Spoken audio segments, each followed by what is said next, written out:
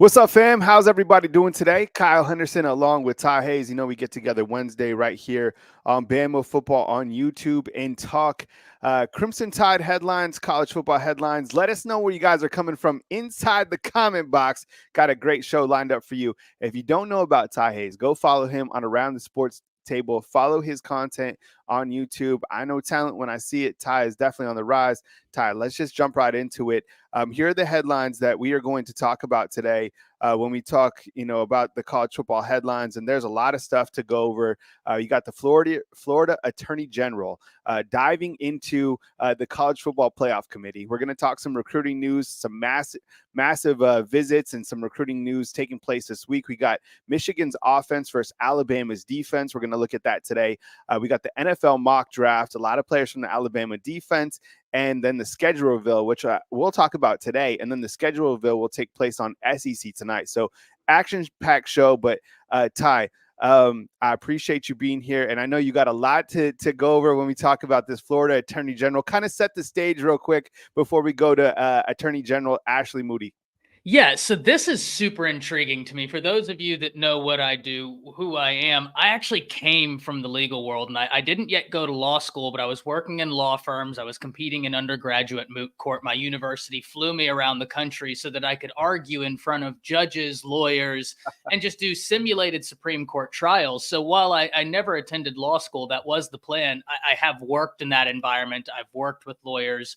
I've been trained by them. And this is a super interesting lawsuit to me because I don't understand where the ground is. Kyle, at the point where you get a committee together, inherently it's going to be subjective, right? Like you are basing it off of the four best teams, not four most deserving.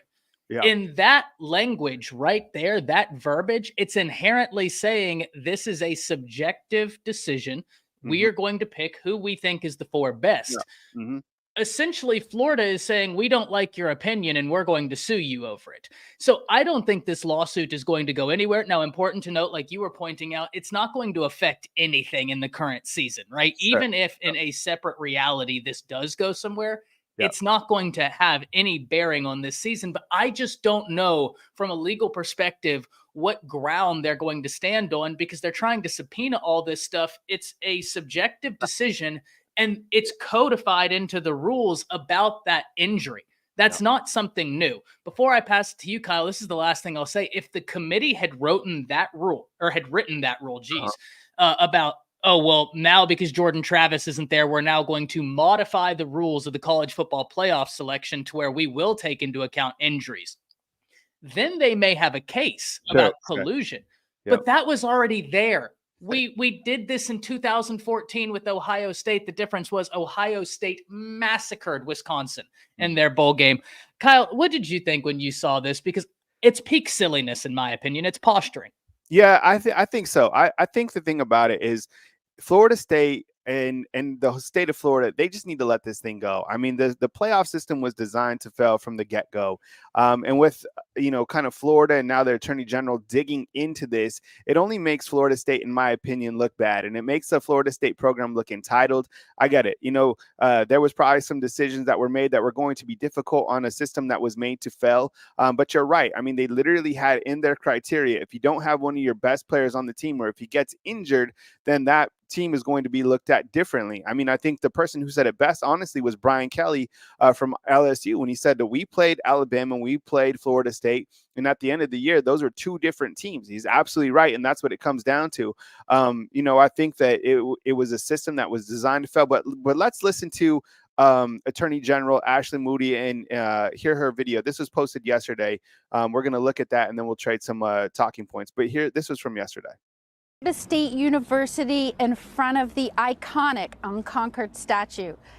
Most of you know I'm a lifelong Gator, but I'm also Florida's Attorney General, and I know injustice when I see it.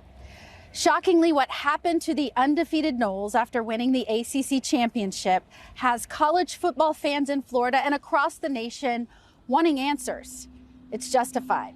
What's clear is the need for more information about the unprecedented decision made by a group of 13 in secret that for the first time ever left an undefeated Power 5 conference champion out of the playoff. This stunning decision not only disappointed millions of fans, it cost this university and the ACC millions of dollars.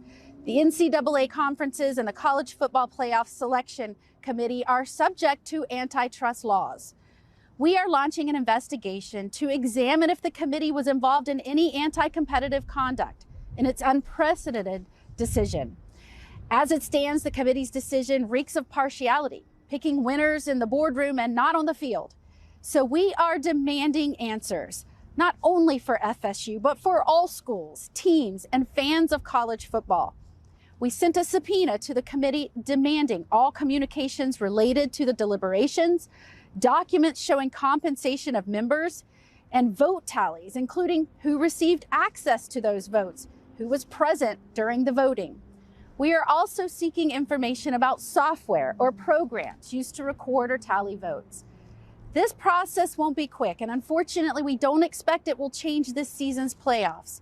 But every college football program, including the 13 D1 schools in Florida, deserves to know if the committee is stacking the deck. I have faith in our antitrust division to get to the bottom of the matter and take appropriate action if warranted. In Florida, merit matters. And if it's attention they were looking for, the CFP committee certainly has our attention now. All right, that was, let me bring this up real quick. Okay, so that was Attorney General Ashley Moody talking about an investigation that is now going forward with the College Football Playoff Committee here with Ty Hayes from around the sports table. I mean, this has gotten completely out of control. Can you imagine? All right, just for a second. Now, this is literally going to take place. Like, this isn't just like some senator, like, you know, up on a podium saying that they're going to, like, this is actually going to happen. Like, subpoenas have been filed, right? Can you imagine if Coach Saban would have done this, or Alabama would have been a part of this, if they would have missed the playoffs last year, in which they did, and I'm saying after by 4 points, and saying, you know, we're better than TCU, and TCU lost their conference championship game, and you are making decisions inside of the room, and, you know, you're not being transparent. Look, I mean, Ty, more on this. I mean, when you look to kind of the scope of it, does this look, this looks bad for the state of Florida, but also for Florida State, right? Look, this is the one thing I will say. I don't know, in my opinion, that this looks bad on FSU, because unless FSU is absolutely spearheading this, but this to me reeks of political posturing. Jeff typed it down in the comments. Florida attorney generals are elected every 4 years. The last election was 2022. So there's still a little bit into this, right? Like, there's still, the next election isn't going to be until 2026. But this is political posturing, in my opinion. This is grandstanding. Like, this is exactly what's happening, because whenever they talk about it was decided in a boardroom as opposed to being decided on the field, yeah, congratulations. Welcome to the college football playoff era. It's been like that since 2013. I'm so glad you're finally with us. It's almost as if they woke up from the BCS era to now all of a sudden being like, oh, wait, we have a committee? Yeah, we've had a committee for a decade. Yep. So I don't know where in the world this lawsuit has any standing. I'm fascinated, though, but I don't know where they're going to go. It's so ridiculous. It reminds me of the Disney stuff, but the Disney stuff, in my opinion, may have more standing, and they got smacked down by Disney. And to me, it could be intertwined with that. Disney and ESPN are coinciding. Florida has a beef with Disney. What a great point, Ty. What a great point. Honestly, they've been beefing with Disney about the zoning and about some tax exemption statuses, and now ESPN is owned by Disney, and now they get to continue poking the mouse. Well, the last time you poked the mouse, you got bit. All right, man. Okay, so wanted to start off with that. I mean, because this is major news. I mean, this is national news, and there's going to be some action that is taking place. So I don't know if it's really going to go anywhere. And again, it's not going to affect this year's playoff. I mean, it's going to be fun to find out kind of what does come out from it. Of course, you know, it's we'll keep you posted, but just wanted to start off with that because that came up yesterday. All right, so more important stuff and actual things that we want to dive into, recruiting. So Coach Saban, by the way, looks fantastic. I love like the dapper, like the different blazers that he's been rocking. I mean, he's got the blue and the check. I mean, he just looks fantastic. Honestly, he doesn't look 72 to me. No. So here's kind of what we're looking at. Kind of an overview. Ty, I'll kind of pass it back to you and kind of talk about some of these headlines on the recruiting front. Man, and what a recruiting front it is. We have some transfer portal. We have some recruiting we're going to talk to you. Of course, Ryan Williams getting that reclassification in. I think he's still a little bit underrated, even though the composite has him at 12 after reclassifying. That's a top 10 player in the nation, ladies and gentlemen. But let's look forward. In the transfer portal, you have LT Overton, 6'5" sophomore defensive lineman. He's visiting Alabama this weekend. Now, Kyle, when we talk about LT Overton, there's some connection to Alabama here. What do the people need to know? Yeah, I think when you look to LT Overton, I mean, this is a very talented defensive lineman, and you kind of look to, pieces that are falling into the puzzle. For example, Anquin Barnes was a defensive lineman, hit the transfer portal. So did Isaiah Hastings. Does one thing have to do with another? Probably not. But when I think you look to the larger scope of Justin Ebogbe leaving the program after this season, a veteran, you want somebody to come in and play alongside Jaheim Otis and Tim Keenan. I think LT Overton fits that system. So I know right now he's visiting a couple places. I believe he's visiting South Carolina right now, and then has Bama and then Florida State in that order. So if Alabama is able to close to him, and he does have a brother, I don't think they're necessarily a package deal, but I think when you look to key transfer targets, this would be a guy that could come in, fit in the system, and be an impact player for Alabama going into that 2024 season. South Carolina, they've landed some key prospects. They just landed the running back from Arkansas. They're making a play in Florida State, right? They're relevant again, and Mike Norvell has done a great job with that program, resurrecting it. I'm curious to see if he can continue that level of consistent play year after year, and getting a player like this would certainly do the trick. So in Bama, I mean, this is around the time where it is closing time for Coach Saban. This is when he shines. And another aspect to be like, okay, you can come in here. Not only can we get you to the playoffs, the Rose Bowl, the Sugar Bowl, whatever it is, the national championship, but we can also get you to ultimately where you want to go. And that's the development of playing in the National Football League, which all these guys want to do. I think LT Overton would be a slam dunk. He's got some a good amount of eligibility left, and the transfer portal targets are heating up. And I think LT Overton certainly one of them. Two more things to add on to that. His dad worked for the university, right? So there is a family tie to Alabama too. Jeff in the comments saying LT Overton was okay. He wasn't like Walter Nolan. Walter Nolan's a beast, just Monster. an absolute monster. Someone's going to be very lucky. Here's what I will say, Jeff. LT Overton just got done playing SEC ball. He reclassified. He pulled the Ryan Williams. He enrolled at Texas A&M a year early. Remember, he's now going up against a grown man on the offensive line who may have been in a college strength and conditioning room for years, and he's 17 years old, and he was still sunning people. This is a dude. I'm fine if Bama takes one name in the transfer portal and it's LT Overton. I would be over the moon. Love your point about Ebogbe moving on and how he slots in there. Let's talk about a small recruit, right? Just somebody whose stature isn't going to be that noticeable. And of course, I'm being facetious. Favor Edwin, standing 6'8", 290 pounds, offensive tackle out of Georgia. And Kyle, Alabama has been a thorn in the side of the Georgia Bulldogs for players in the state. Let's talk about Edwin. I mean, I think when you look to the state of Georgia and all the prospects that it has, I mean, it's right behind the big three, right? You have California, Texas, you have Florida, and Georgia's right there. I mean, the amount of talent, in the state is just unbelievable. I've even really been blown away with the state of Alabama and the talent that continues to come out of here. I know, the guys on the right of this graphic, both out of the state of Alabama, each 5 stars, right? But when you look to Edwin, I mean, he's a major target for each of these programs: Alabama, Auburn, Florida. I don't know. I think he's going to announce on Thursday. 6'8", 290 pounds. Is this some sort of a backup plan to Seton or some other offensive lineman? Well, Alabama already has some pretty good offensive linemen that are committed: Will Sanders, Joseph Ionia, and I'm sure they're going to add.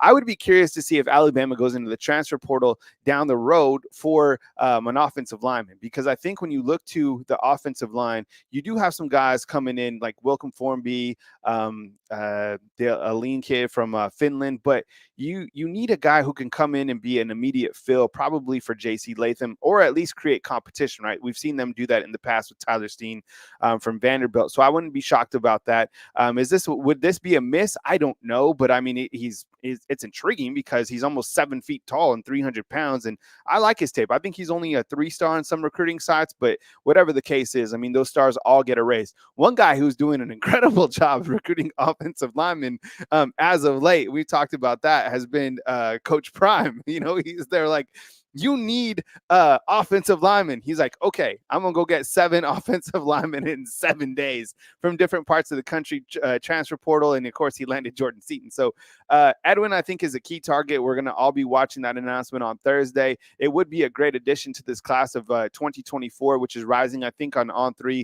I follow On3 more than I do the other side, not because of any particular reason or favoritism. I like their interface, you know, kind of makes sense to me. I'm real, you know, I like aesthetics, and, you know, I like what they got going, but 24/7 Rivals also, you know, are ranking these kids as well and have different recruiting classes. I think on Rivals, Alabama's currently number 4, and on 3, they're number 3. Whatever the case is, it's going to be a top 5 class, but with Ryan Williams now reclassifying and being a commitment, of course, he still has to sign with Alabama. You see that class being bolstered with you know, another 5-star, and landing Edwin would be a great addition from the offensive line standpoint.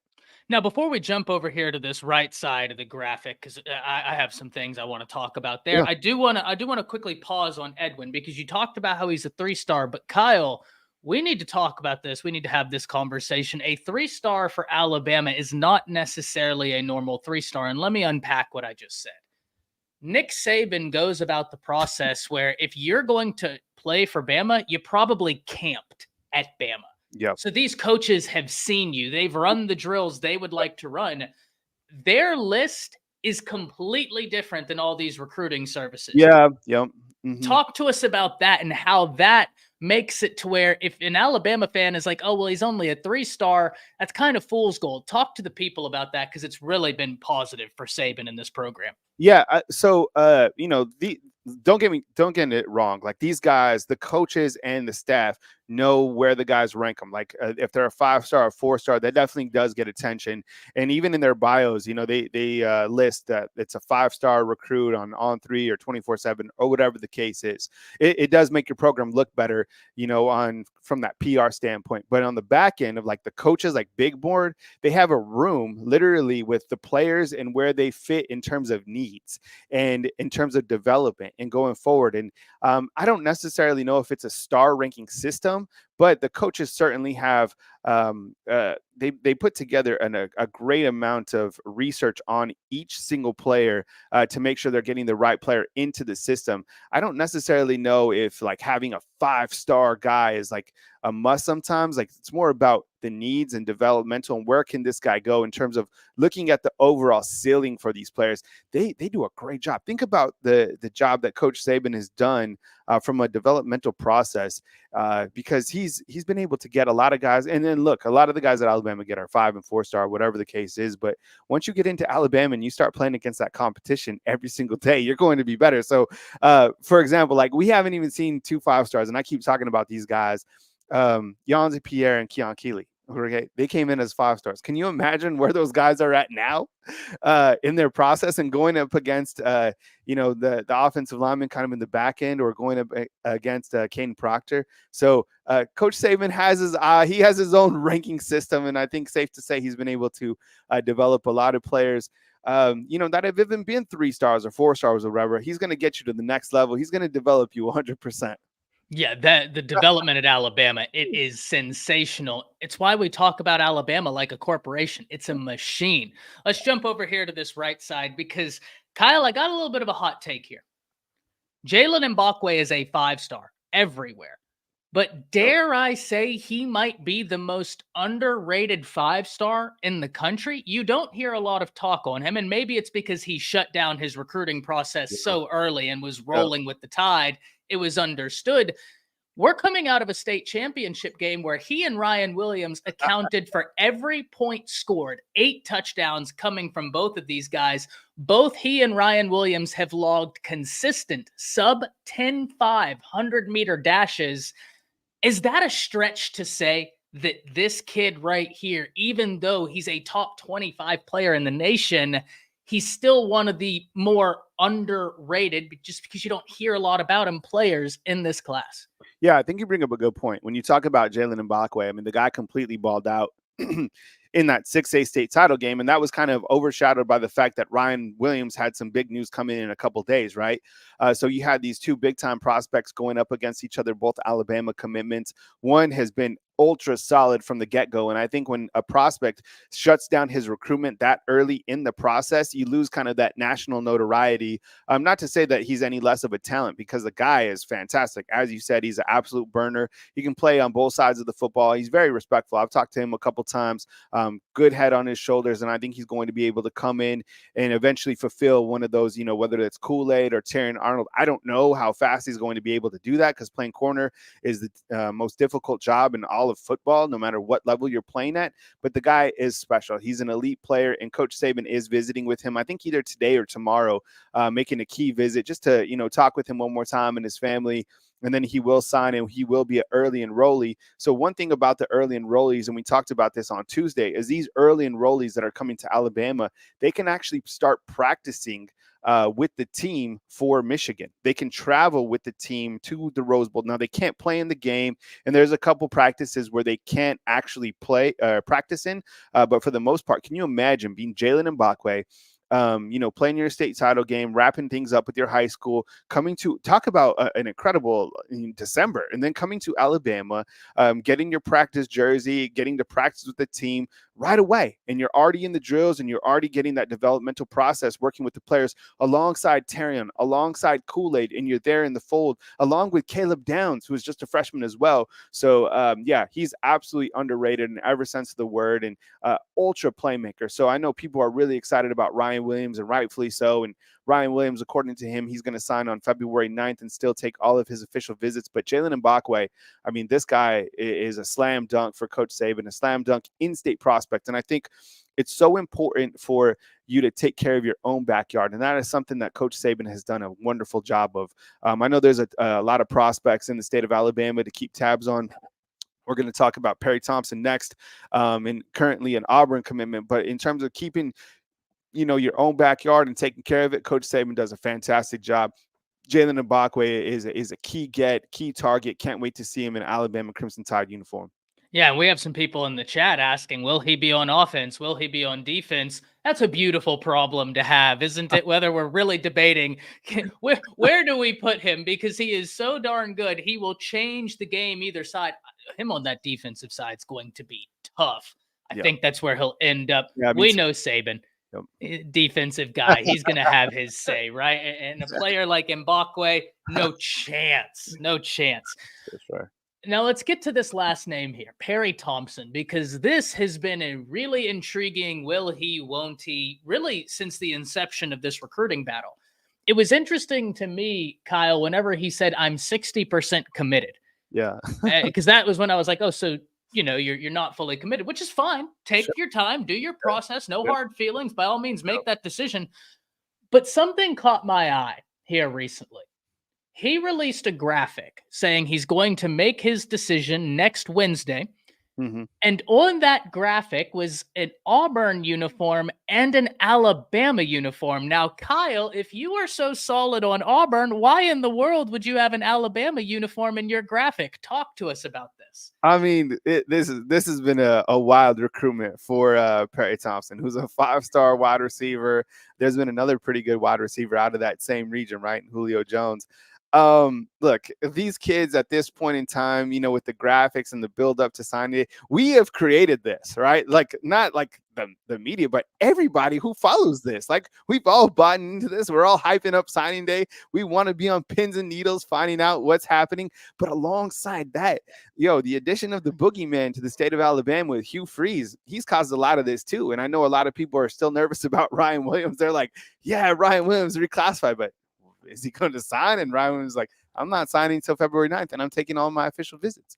So the thing with Perry Thompson and the thing with Auburn is going to recruit at a very high level because they have a strong backing of the NIL now that we're in that space. And there's going to be wide receivers that, or just players in general that Auburn is able to get. I know they lost a defensive player yesterday to the transfer portal, which was kind of a surprise, but this is going to be an interesting, recruitment down to the wire. But I don't know. I mean, I follow Andrew Bone, who does an incredible job and really has his ear to the ground and stuff. And it really hasn't mentioned that much about Perry Thompson, but who knows? I mean, it is signing day. Weird things happen. I don't know if the recruitment is 100% over. It could just be a troll, but whatever it is exciting to kind of talk about. And when I did see the graphic, I thought more of like a troll standpoint, but who knows? I mean, this could be one of those deals where, you come out and you put the Bama hat on and then you rip it off and you put an Auburn. I don't know, but either way, he got my attention. I'm going to be watching his announcement on Wednesday for sure. And you hit the nail on the head. Ladies and gentlemen, I think Kyle just really spit something out that I think we all need to take a moment to appreciate. Seriously, because we're in the NIL era. Yeah. Building your brand equals building value, right? Nick Saban talks about building value. There's different ways to build value. At Alabama, it's take care of business and your value will build. Another way you can build value is by putting eyes on you. And what did Kyle just say? He thinks it's a troll, but no matter what, he's now going to be watching Wednesday. I as well am in that same boat. And how many of you, let's be honest, in the chat, hop down there. Let me know if you're now going to be watching Perry Thompson on Wednesday. Because if your answer is yes, it gives credence to this theory that this could be trolling for the sake of brand building for NIL. I'm not mad at it. Right? I'm not mad at it. This is one we have got to watch. Jarvis saying Ryan Williams is visiting Auburn Saturday. He's, in my opinion, going to see Bronny. Yeah. Right? He's going to see Bronny James go play basketball at Auburn. That's why he's going to that Auburn visit. But that's just my 2 cents. That's neither here nor there. So great recruiting news we've talked about. Now, this next one, Kyle, I'm very excited about. Michigan offense versus Alabama's defense. And you were telling me something in the green room that really stood out, something that people need to be aware of. Talk to me about that. Yeah, I mean, in the pre-show, we wanted to talk about Michigan's offense today versus Alabama's defense. And when I was cooking up these graphics on the pre-show, something just jumped right off to me. And it wasn't up at the top of Michigan's offense being number 57 and Alabama's defense being number 16 overall. It was this fact. You have Dallas Turner, you have Terran Arnold, and Kool-Aid JaQuincy McKinstry. And what do those three have in common? They are each first-team All-Americans. And you look to the other side of Michigan, they don't have an All-American on the offense. Now, look, we all know about Alabama's defense and how dominant that they've been this year. And we've talked about the Michigan offense and how they really haven't been challenged throughout the entire season. I think it's going to be a tall task for Michigan, regardless of what their game plan is, to go against the Alabama defense. And specifically, what we talked about yesterday, kind of the X factor of the entire game is Jalen Milroe, of course. And it's going to be for the national title as well. But I think in this particular, like other themes, other X factors are going to be those two young men, Dallas Turner and Chris Broswell.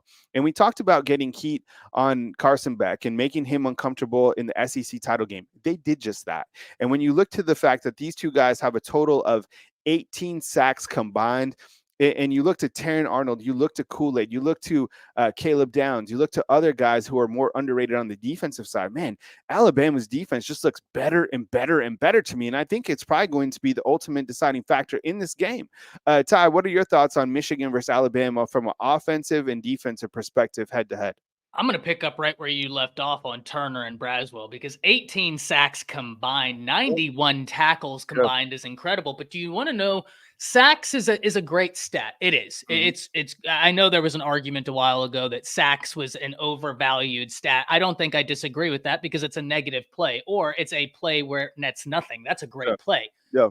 You want to know what can be just as important as sacks? Quarterback pressures. And those numbers are eye-popping. Yeah. Like if you think 10 and 8 sacks is impressive, go check out the quarterback pressures, and then look at how quickly opposing quarterbacks are getting the ball out of their hand when they play Alabama. It's because of those two dudes. Yeah. But then it gets us into this secondary. And Kyle, when I look at this, Michigan is, I think, going to be down their best offensive lineman, Zach Zinter. He went down. He plays that guard. You're looking at Jaheim Otis. You're looking at a Boygby. You're looking at Tim Keenan, because if they have any sort of hobbled guard play in this game, Bama's going to dial up stunts.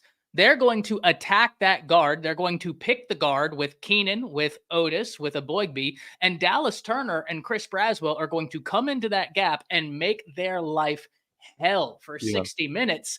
I'm very much well of the mindset, and I want to hear your thoughts on this. Alabama is almost working ahead of the curve right now because they just got done prepping for Georgia. Georgia and Michigan do something similar. The difference, in my opinion, Georgia is more of a threat in the passing game than is Michigan. How much of that puts Bama ahead of the curve in terms of the preparation they were able to levy from Georgia and take that into the Michigan preparation? Yeah, I think you said it well. I think that Georgia is definitely more balanced than Michigan, and I think that JJ McCarthy, while he does have some good statistics, they're a team that is built more on the run, and that's kind of how some of these other Big Ten teams are outside of Ohio State, right, who can sling the ball around a little bit. But I think that Blake Corum is going to have a very challenging time running against Alabama's defense. That's probably another theme to this game, is how are they going to be able to run the football? And if I'm Michigan, I'm going into this game, how can we control the time of possession and keep Alabama's offense off the field? How can we control, because I think with that, the time of possession is also going to control the momentum, if that's Michigan's game plan. And if they're able to get a good ground game going with Blake Corum, by the way, I didn't realize that he has 24 touchdowns this year, and everybody knows he's an absolute beast, but running against Alabama's defense has been a challenge for everybody outside of Auburn. And again, I keep calling Hugh Freeze the boogeyman because that's what he is, right? He had a game plan that was effective, but you look to Georgia's running game, they had a really challenging time running against Alabama, specifically on 3rd and short. That was one of the major factors in that game, along with the fact that Georgia missed a field goal and that they created that they had a fumble, is that on 3rd and short, Alabama's defense came up large, right?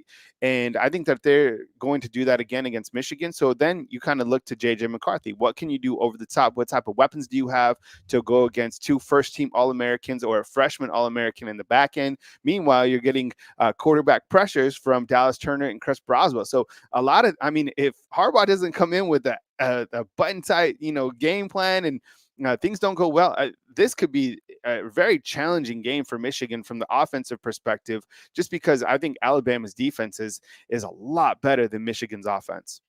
Yeah, and we've had a lot of conversations about what Auburn was able to do in the running game, and I kind of want to dial into this a little bit. Because, Kyle, I've seen even Michigan fans bring that up, and I'm not going to lie, if I was a Michigan fan, I'd be pointing to that as well, right? Like New Mexico State just beat Auburn, and then they run for 250 yards on you. I'd say it myself. I wouldn't have much belief in it, but I'd be using that as ammunition. Here's the problem.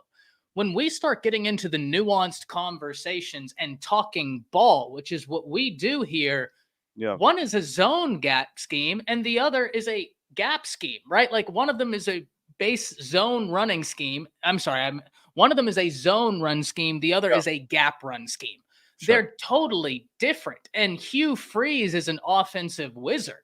He's going to create assumptions, make you assume wrong, and then his run scheme will make you pay. That's not what Michigan does. Now, Michigan has got a great running attack, but in my opinion, it's more analogous to Georgia. And we've seen Alabama be able to handle those zone running schemes easier than what Hugh Freeze is doing out there. So I get the Auburn argument, but we also, if we're going to talk about Auburn, we have to dive into the nuance of the different schematic running schemes there are and how it affects a defense. Auburn's run scheme is not the same as Michigan's run scheme. They're not. And so it's not an analogous comparison. I've said this for a long time, Kyle. I want to get your thoughts on it. I just don't believe you're going to be able to beat Alabama by simply running it down their throat. I've only seen it done one time, and that was Zeke Elliott. Yeah. Right? That's it. What's your thoughts on that? Yeah, I said it in the beginning of the season. I said the teams that are able to beat Alabama. Let's look at the last what was it? The last 3 teams to beat Alabama. I think, what is it?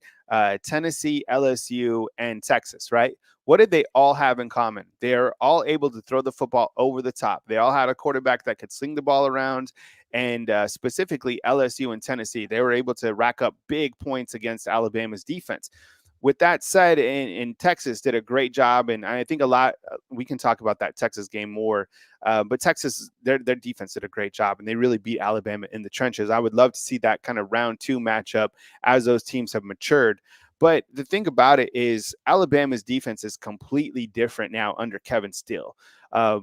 The defensive transformation from one year to this year has been remarkable. I know Tommy Rees was up for the Broyles Award and whatnot, but Kevin Steele has been, I mean, give him whatever award for a top assistant in the entire country, and nobody even talks about him. I'm not sure why, but this Alabama defense has been ferocious, right? They've been consistent. These guys have been playing at a high level. They've manufactured some incredible second half adjustments that have really catapulted the back end of this team, to be honest. So I think that this defense has so much momentum. They're healthy too. All these guys are healthy, right? I mean, Deontay Lawson had some hiccups. Devontae Smith is back. Kool-Aid's back after, missing. I think he went through concussion protocols on the back end. Terrence Arnold, he's healthy. Trey Amos, he's a back end sub who's playing at a very high level. Jahad Campbell's a baller. Trez Martian's a baller. I mean, Caleb Downs. I mean, whoever. I mean, the defense is fantastic, and that's that old adage that defense wins what? Yeah, championship. So Kevin Steele. I mean, with him coming back, my goodness, I didn't realize how quickly he'd make an impact. Coach Saban certainly knew what he was doing when he called up Kevin Steele, and it was a great addition. And really, he's been, the main addition to this backbone of this defense. So when I was kind of looking at headlines, I started looking to Alabama's defense versus Michigan's offense, and I saw a lot of things that I liked for Alabama's defense, and I think it's going to be a very big challenge for Michigan's offense to go against this defense. So I just wanted to kind of, get your points on that, because I think that is going to be a monumental shift when you look to that particular game come the Rose Bowl. Yeah, 100%. And to your point, Steele has been sensational at adjustments, right? Like Saint Steele saved us 100%. He's been great at adjustments. I mean, you look at how Alabama has handled teams in the second half defensively this year. They've shut teams down. And then you hear Saban talk about that Georgia game where after the first drive, they switched things up defensively, gave Georgia fits after that. Steele has been great. Yeah. Ooh, good comment here. Right. Yep. Al Sanders saying nobody is talking about Charlie Strong being an analyst on the defense. T-Rob and Coach Balla contribute. The entire defensive staff, including Steele's been killing it. Sanders, you're 1,000% right. Yeah. Travaris Robinson, whatever he wants to make, pay him. Pay him, whatever. Keep him on staff, and great things will happen. And Balla has been a phenomenal addition. For sure. Yeah. I mean, because you're replacing an inside linebackers coach. Because remember last year, Pete Golding was the defensive coordinator and then also worked with the inside linebackers. Just think about the inside linebacker play year over year as well. Now, I know different players, X's and O's, Jimmy's and Joe's, whatever the case is. But think about the inside linebacker play. Deontay Lawson, he's been playing out of this world. Jahad Campbell, Trez Marshall, those guys have done a great job under the leadership of now Balla. So look, Pete Golding is gone, and now you focus on the guys that are here. Balla, I love that addition. You also have Coach Freddie Roach back in that defensive, fold with those coaches. And you're right. I mean, T-Rob has been doing a great job overall with this defensive secondary. Coach Saban also does the secondary. He's also working with the corners. When you go to Alabama practice, it's great to watch Coach Saban, because he always is working with DBs. He was an old DB, play DB, and he's still a defensive-minded coach. But Ty, I wanted to talk about this mock draft because it kind of plays into what we were talking about when you looked at the mock draft for Alabama. Check this out. Mock drafts are starting to fly off. And a lot of these guys are on the defensive side of the ball for Alabama, and a lot of these guys are in the first round for these mock drafts. Yeah, and I think Dallas Turner is a guy where every NFL GM is licking their chops because he's one of those players who's great in college. He's an NFL player, right? There are certain guys where you're like, oh, you were a top player in college. You could go on to the NFL and just continue going up. he's a name to watch. At 11, you have Terrion Arnold with the Falcons. I'm interested in having a conversation around that with you, Kyle. We'll take a pause on that. Then 16, you have Kool-Aid, 21, J.C. Latham, 31, Chris Braswell. Let's go through this because Dallas Turner, it doesn't surprise me at all to see him being the first Alabama player off the board. Do you expect that to happen? Yeah, absolutely, for sure. Following Will Anderson. So I had a source a couple years ago that was talking about Will Anderson and Dallas Turner, and they were like, people don't realize, because this was kind of around the Will Anderson kind of whole Terminator. Remember, that was his nickname because he was just so dominant. They're like, people don't realize how good Dallas Turner is going to be just a couple steps behind him. And that was hard to kind of fathom at that point because William Anderson was just beasting it. But now you looked at the fact that, like a mock draft like this has him at 6. Well, Will Anderson only went 3, right? So they were right. They were absolutely right in every sense of the word. And just like we were talking in our last segment about Michigan's offense versus Alabama's defense, look at all these guys in the first round, right? I mean, you could theoretically have 1, 2, 3, what is it? 4 guys in the first round of the NFL draft go off from that defensive side of the ball.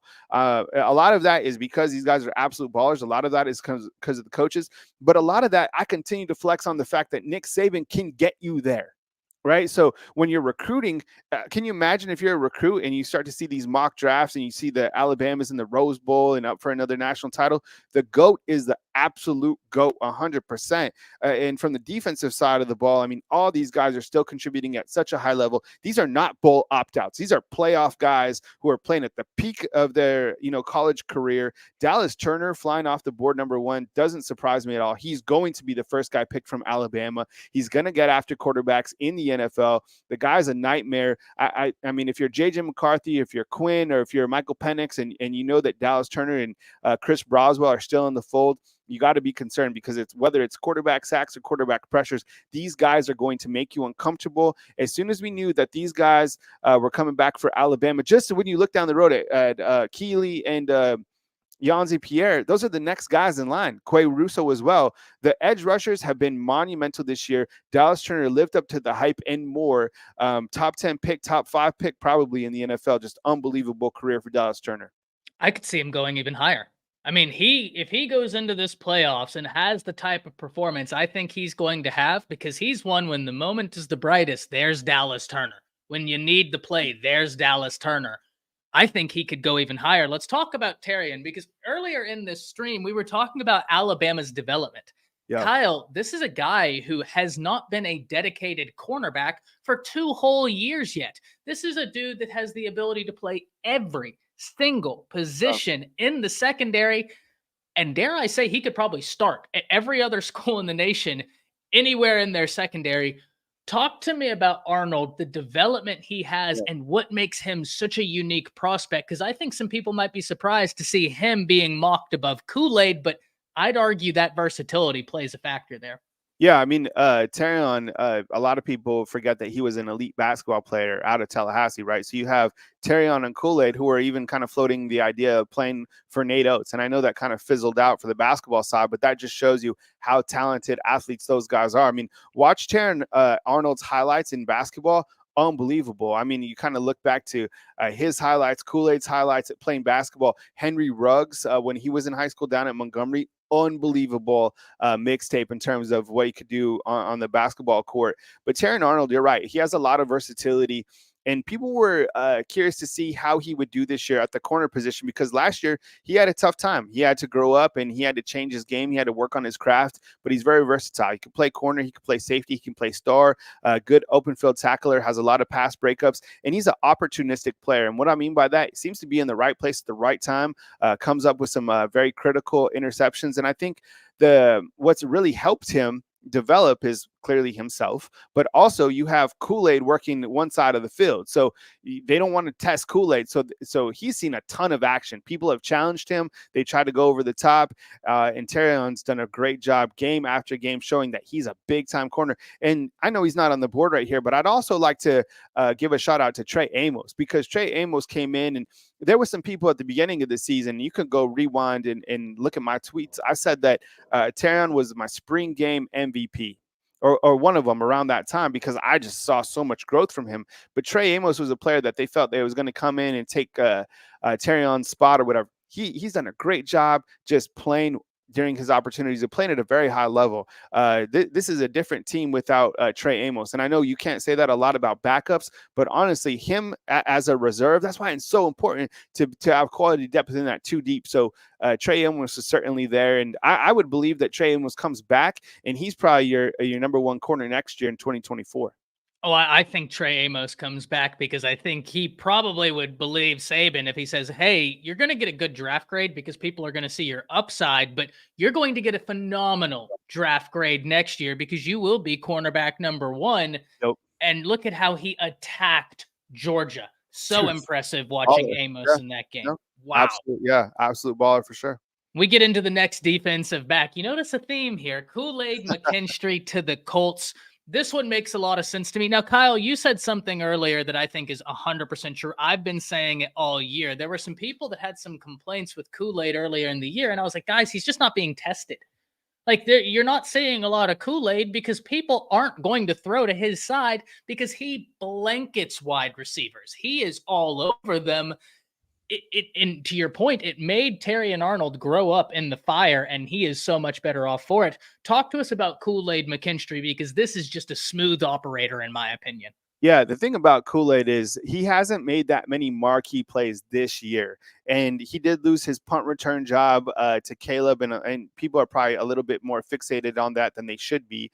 I'm not worried about that. I still believe that Kool-Aid, whether it's the Rose Bowl or if Alabama wins and they go to the national title, he's going to make a big-time play. I'm talking like a pick six. I can just feel it. Maybe I'm manifesting that in myself, but I just feel that he's a big-time player that'll come up in a big-time game. I think he just missed an interception against Georgia, but something special is going to happen with Kool-Aid, and I like the way he handles himself. I've seen him do a lot of growing up from the time that he came from Pinson Valley, now exiting the Alabama football program.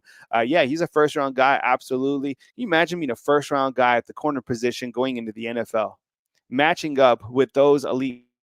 Think about it. On the other side, these guys are always battling against Isaiah Bond, Jermaine Burton, Kobe Prentice, Kendrick Law every single day. Iron sharpens iron. We always talk about that at the corner position specifically. I mean, these guys have had a lot of opportunities to go against some elite wide receivers. So it's not no surprise to me to see them going up against, being first round guys. And think about Alabama's defense and all the wide receivers that they faced this year, right? From Xavier Worthy, the neighbors kid from LSU, all the guys at Ole Miss, the guys at Texas A&M. So these wide receivers have tested Alabama's secondary. Alabama's secondary has been tested in an incredible amount of times this year. And these guys have stepped up and made major plays, or at least, held down the fort or made it difficult for quarterbacks to lock up with wide receivers. But Alabama's defensive secondary has 1,000,000% been tested this entire season. Yeah, and they have grown in that fire. And now you go into the playoffs. Name me another secondary that's as tested and as talented. There's none. Yeah, there's not. That's it. It's Alabama's.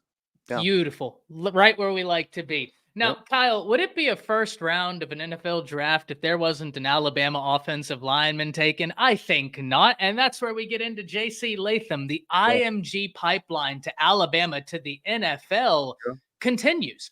Talk to us about J.C. Latham, just the next in the long history of Alabama sending their tackles or offensive linemen to the first round. Yeah, I like the fact that the IMG pipeline, continues to run for Alabama. You had Jahad Campbell before Trey Sanders left to Texas TCU.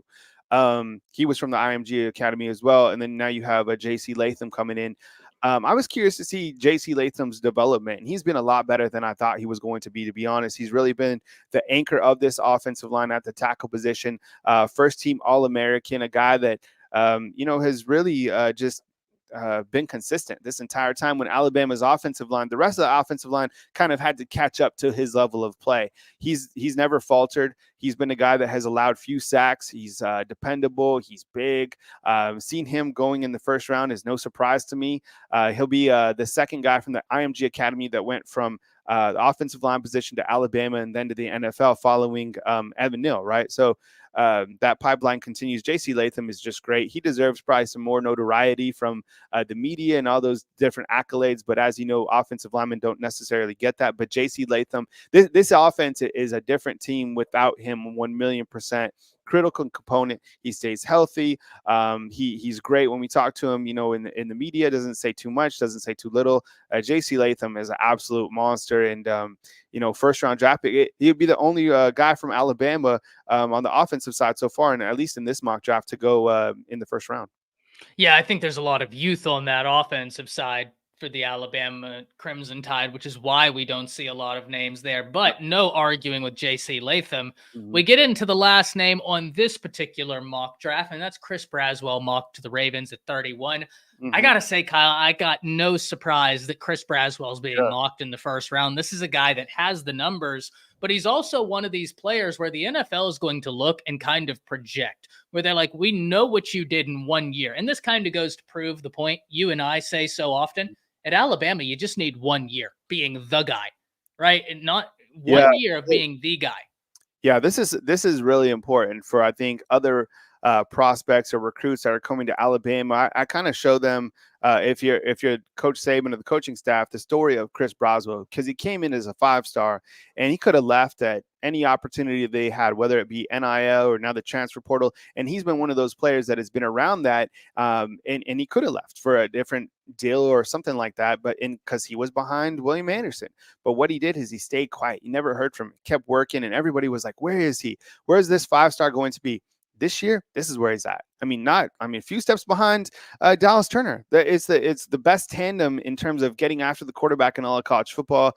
I think he clocked out at 21 miles per hour, so tremendous athleticism. One thing that Dallas Turner and Chris Braswell each said this year during media opportunities, they were like, think of us as athletes. Like, those guys are athletes. They don't see themselves as like edge rushers. They see themselves as athletes. Chris Braswell was like, they were like, did you play track?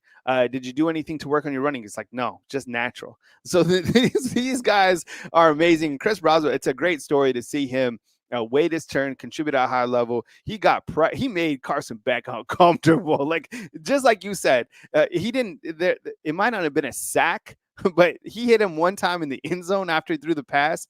And Carson Beck was like, oh, man, this is going to be a long game. So those guys have been nasty and key contributors to this Alabama defense that has been complete transformation year over year. Love it. And like I said earlier, you don't have to get the sack. Give the quarterback something to think about. It will affect the game the entire way through. Great point there about Dallas Turner and Chris Braswell. Now let's get into this schedule reveal for 2024. Because I know there's a lot of excited fans. I'm super excited about it. And there are going to be some great games in the SEC because it's a changing landscape. Kyle, what stands out to you as we start looking at this schedule? So the way that the schedule reveal is going to work, there's a couple. I think there's South Carolina and Vanderbilt that still have to be added to this graphic. This is from FBS football. They have a good schedule layout. I like how it works. But I think tonight that SEC Network will reveal all of the schedules. So you'll be able to know when the teams are playing in its entirety tonight. What we have so far are the matchups that we know when they're going to take place in terms of, the dates. And I think the Georgia one just got released. It's going to be at 6:30 on September 28th. So Georgia coming to Tuscaloosa is going to be fantastic. But you start out with Western Kentucky. You have South Florida. And that was one of those, we owe you one, you owe us one. So South Florida coming up from Tampa to Tuscaloosa. Then you go to take on Wisconsin. And as you saw yesterday, Tyler Van Dyke is transferring from Miami going up to Wisconsin. So that's an interesting storyline. I know, I think before this season, people were thinking that Tyler Van Dyke might make a play to come out to Alabama, but he'll be the quarterback. And I'm sure, that's going to be challenging going up to Camp Randall. I mean, it's an opposing stadium. It's Big Ten. It's early in the season. Then you have Georgia. So I would assume one of that Vanderbilt or South Carolina is going to be wedged in between those two games. I'm probably thinking it's going to be Vanderbilt if I had to guess. And then you have the Georgia Bulldogs. This is going to be a game that everybody is looking forward to just because you have Kirby Smart coming in to play Nick Saban right here in beautiful Bryant-Denny Stadium. And then you have Tennessee that's going to stick to the third game of October. Then you travel to LSU. So think about this just real quick. What we learned is Alabama's going to Wisconsin. They're going to Tennessee. They're going to LSU. And as you can see on the back end, they're going to Oklahoma as well. And I would assume they're either going to Nashville to go play Vanderbilt or to South Carolina. So those are your away games. And then, of course, they have Auburn at home. What's your take on the schedule, Ty?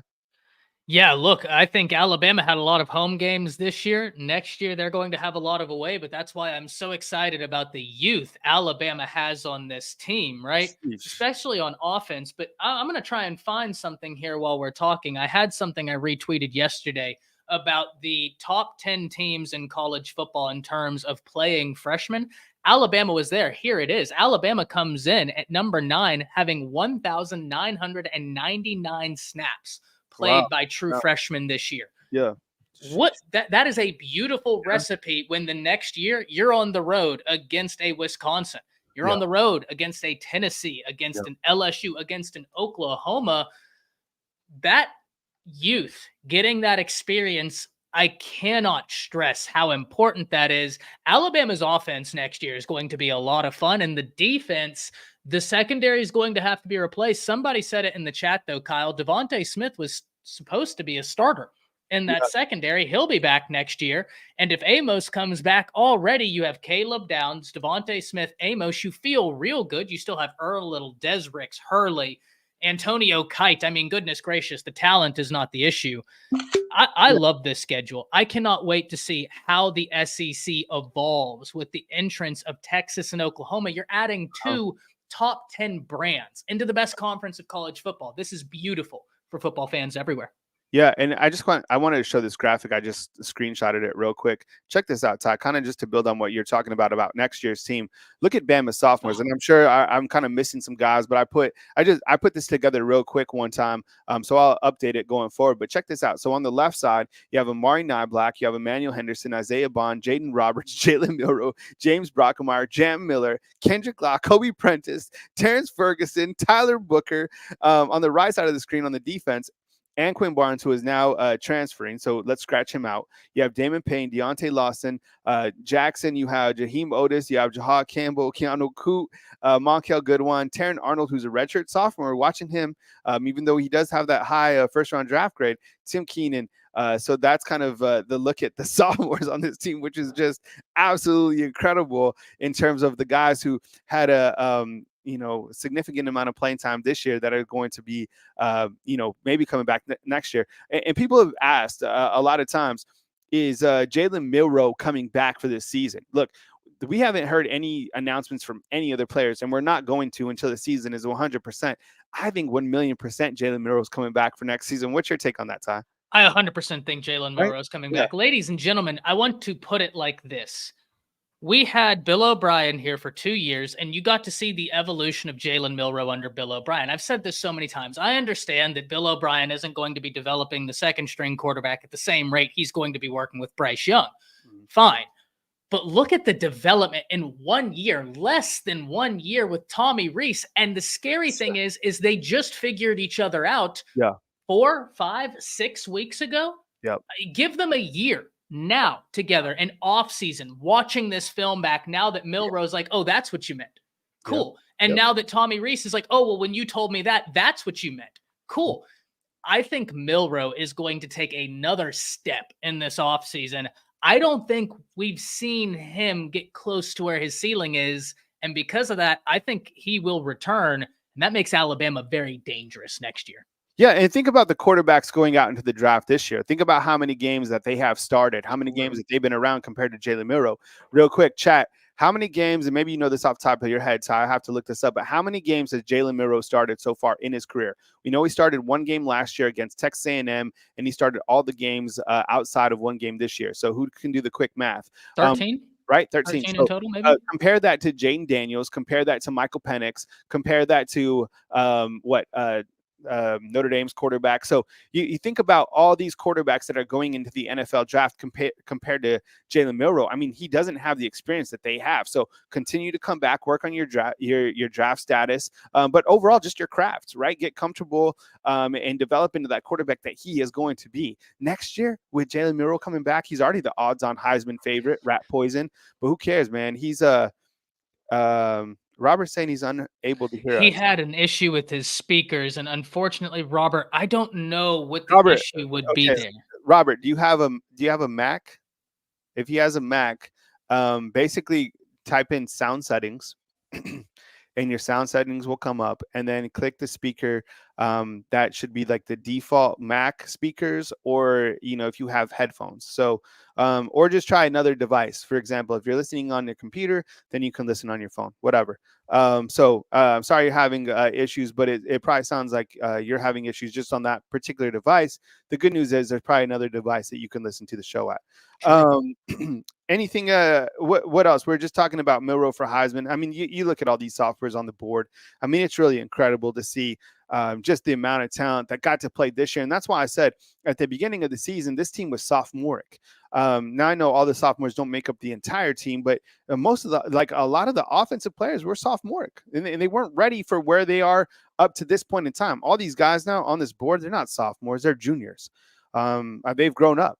And they've done an incredible job getting to this level. It's been really amazing. We continue to talk about, the key word, which has been transformation. And that's amazing what we've seen with this team, now at this point in time.